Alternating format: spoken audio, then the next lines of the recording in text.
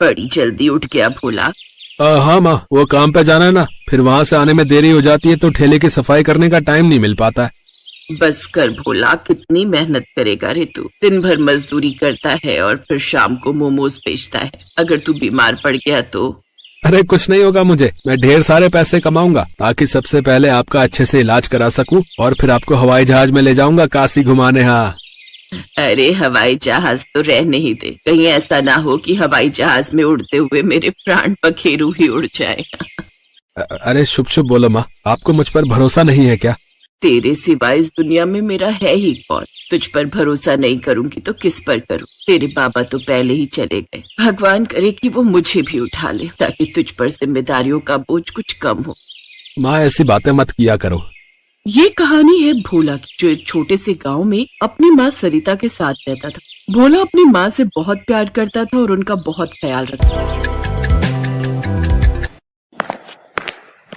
माँ ठेला धो दिया मैंने, जाओ आप नहा लो, मैं झट से खाना बनाता हूँ। नहीं जा, तू नहा ले, मैं बनाती हूँ आज खाना। ना ना ना, डॉक्टर ने आपको काम करने से मना किया था ना। भोला को अपनी माँ की बहुत फिक्र थी। वो पैसे भी कमाता और घर के काम भी करता। दिन भर वो बेचारा ट्रकों में भारी भरकम बोरे चढ़ाता था और फिर शाम को आकर मोमोज बनाता और उन्हें बेचने निकल जाता। माँ मैं जा रहा हूँ, आज रविवार है तो बहुत भीड़ रहती है बाजार में, और पता है रविवार को कमाई भी अच्छी होती है। ठीक है, मगर जल्दी आ जाना। भोले भंडारी से प्रार्थना करो कि सारे मोमोज जल्दी बिक जाएं, तो जल्दी आ जाऊंगा। भोला ने अपना ठेला उठाया और बाजार की तरफ चल दिया। फिर बाजार पहुंचकर भोला ने अपना ठेला जमाया, तभी उसके ठेले पर एक आदमी आया। ठीक है, एक प्लेट लगा दो, और सुनो चटनी एकदम तीखी रखना। जी बिल्कुल, एक बार खाकर तो देखिए। जैसे उस आदमी ने पहला मोमो चटनी के साथ लगाकर खाया। अरे यार, तुम्हें कहा था कि चटनी फुल तीखी रखना। चटनी तो मैंने तीखी रखी है। अरे इसे तुम तीखी कहते हो? अरे इसे तो मेरा 5 साल का बच्चा ऐसे ही पी जाए। अगर तीखी चटनी नहीं है तो बंद कर दो अपना ये ठेला। वो आदमी बचे हुए मोमोज वहीं कूड़ेदान में फेंक कर चला गया। इस बात से बेचारा भोला बहुत दुखी हुआ। थोड़ी ही देर बाद एक औरत उसके पास आई। भैया एक प्लेट मोमोज लगा दो, और भैया चटनी फुल तीखी रखना, ठीक है? जी मैडम।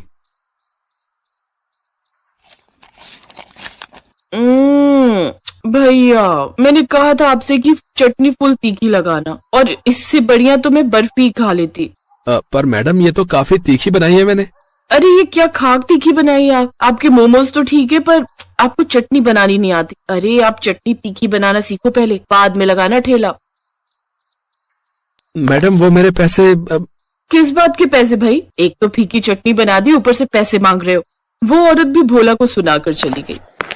बहुत देर तक वो ग्राहकों का इंतजार करता रहा पर कोई भी उसके ठेले पर नहीं आया। उधर घर पे लगता है आज भी भोला के मोमोज नहीं बिक रहे हैं, तभी तो वो अभी तक नहीं आया। हे भगवान, कितनी जिम्मेदारियां हैं मेरे भोला पर। मेरे इलाज के लिए पैसे कमाते कमाते मेरा भोला खुद सूख गया। हे शंभुनाथ, या तो मुझे उठा ले या फिर कोई चमत्कार कर दे, कोई चमत्कार कर दे भोले भंडारी।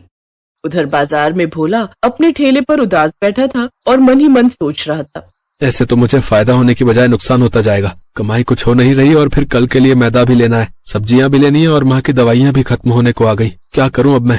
भोला ये सब सोच ही रहा था कि तभी उसके ठेले पर एक बहुत ही सुंदर सी लड़की आई। हालांकि उसके कपड़े बहुत पुराने और मैले से थे।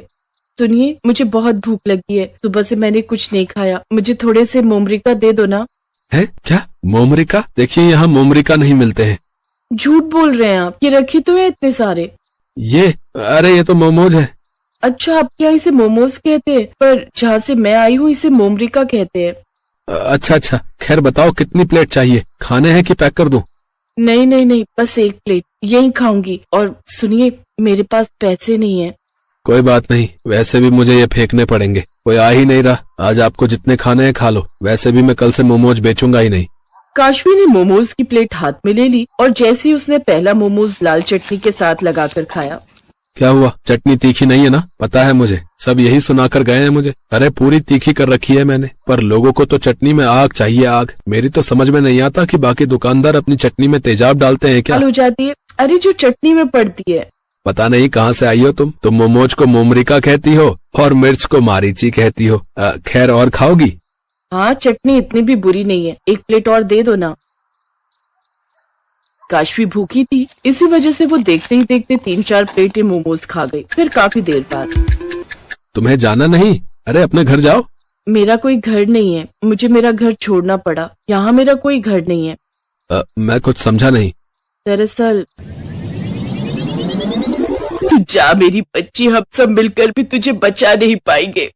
और माँ, अगर मैं एक बार परिलोक से बाहर चली गई तो मैं कभी वापस नहीं आ पाऊंगी। मैं जानती हूँ मेरी बच्ची, पर अगर तू नहीं गई तो वो शैतान तुझे जबरदस्ती अपने साथ ले जाएगा और तुझ पर जुल्म करेगा। तू एक काम कर, तू धरती पर चली जा, वहां तुझे कोई ना कोई अच्छा इंसान जरूर मिल जाएगा। जा मेरी बच्ची, चली जा यहाँ से।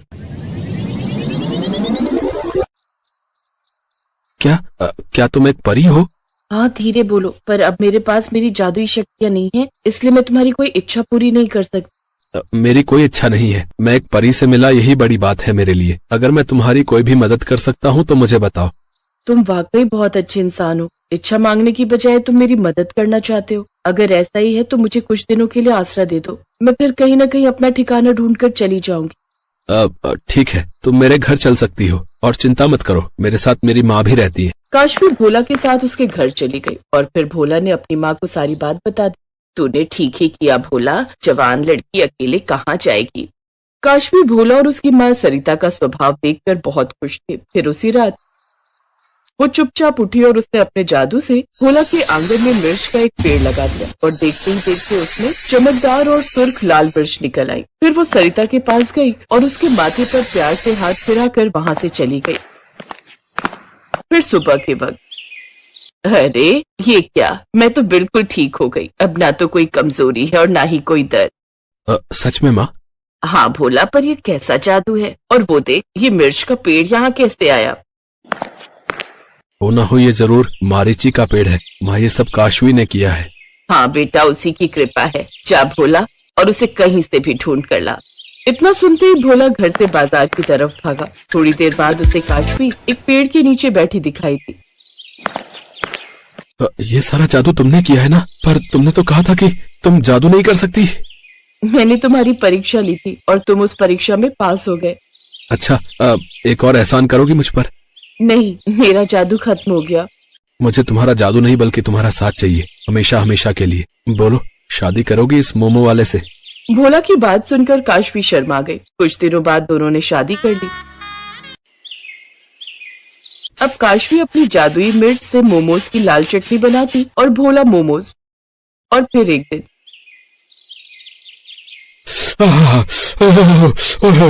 अरे भाई, मजा आ गया भाई। क्या तीखी लाल चटनी है। वाह वाह वाह। हाँ भैया, सही कह रहे हो, इससे तीखी चटनी तो मैंने आज तक नहीं खाई। भैया एक काम करो, 3 प्लेट पैक भी कर दो। काशवी की मारीची से बनी लाल चटनी की वजह से भोला की दुकान चल पड़ी थी